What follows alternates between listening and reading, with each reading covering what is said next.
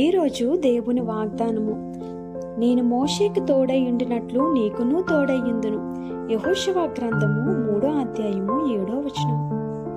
దేవుడు మోషేని ఏర్పాటు చేసుకున్నప్పుడు, నీవు నా ప్రజలైన ఇజ్రాయేలుని ఐగుప్తు దేశం నుండి విడిపించాలని మోషేకి ఆజ్ఞాపించినప్పుడు, మోషే దేవాతి దేవుని దగ్గర, నేను నోటి మాంద్యం గలవాడిని, నాకు ఆ శక్తి లేదు, నా వల్ల నేనేమీ చెయ్యలేను అని మోషే దేవాతి దేవుని దగ్గర చెప్తున్నాడు తన బలహీనతలన్నీ.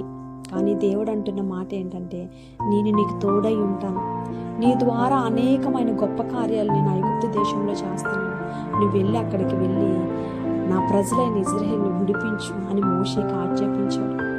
నిజమే, ఈరోజు మనము కూడా ఎంత భయంకరమైన పరిస్థితుల్లో వెళ్తున్నప్పటికీ, నా వల్ల కాదు, నేను ఈ పని నేను చెయ్యలేను, నేను ఈ శ్రమ గుండా నేను వెళ్ళలేను, నేను ఈ పరిస్థితి నేను హ్యాండిల్ చేయలేను, అలాంటప్పుడు మన బలహీనతలన్నీ మనకు జ్ఞాపకం వస్తాయి. దేవుని శక్తిని మర్చిపోతాం, దేవుడు చెప్పిన పనికి మనం దూరంగా వెళ్ళిపోవాలనుకుంటాం.